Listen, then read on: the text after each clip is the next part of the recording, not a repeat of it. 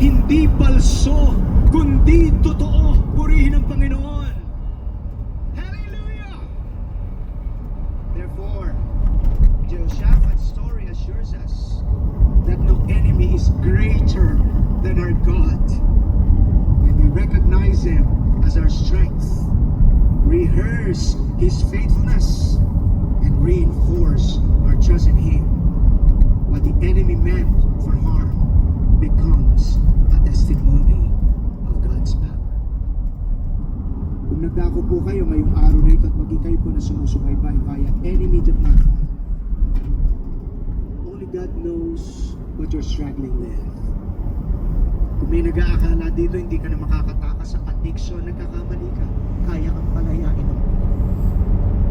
Kung may sakit ka't karamdaman, akala mo hindi ka nagagaling, walang imposible sa Diyos. Ang huling salita, hindi salita ng doktor, kundi salita mula sa ating Panginoon. Hallelujah! Depression is being broken. Mula pa man po kanina, marami kinakausap ang Panginoon. Walang binibigo ang Diyos sa mga naghahanap sa Kanyang pangalan. And if He is your God, wala kang